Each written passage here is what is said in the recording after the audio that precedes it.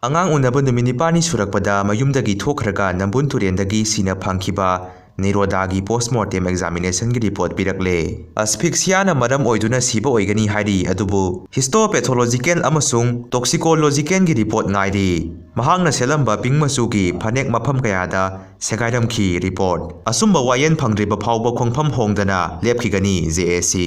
Sahi 12 gi angangna nuclear reactor sakhre. Texas ki ba lesta laiba sahi 12 khakta ngairiba skun tamliba nupa masa amana mahaki ka manungda nuclear reactor sakhre. Kukizo council ki chairman Helian Thanglet ki yumda ngarang numidang pung 9 taba matamda masa khangdaba singna bom langsilamle hari. Ngasi ayuk Thauban Hauka Babu Bazar da thokiba accident ka hena soapandi haudre hari. Lanthabal Nambun Mapan Junior High School ki kitchen so phakairega angang singi pijanaba sak thongnaba thamba gas cylinder yauna hurankhre hari. Mumbai da saba loidriba metro pillar kintharakpada miyoi ama sire ahum sokle.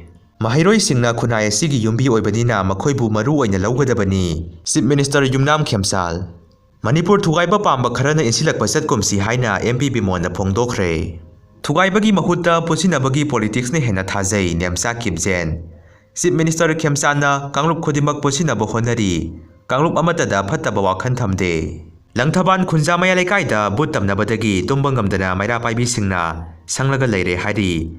Numit nini muksure saudaba karigumba amana nung asauba toina tharakpa amadi tamnabana singba taurakpadagi bombula thaduna kangtruk manam namhanduna laisang danaba honaduna lagli.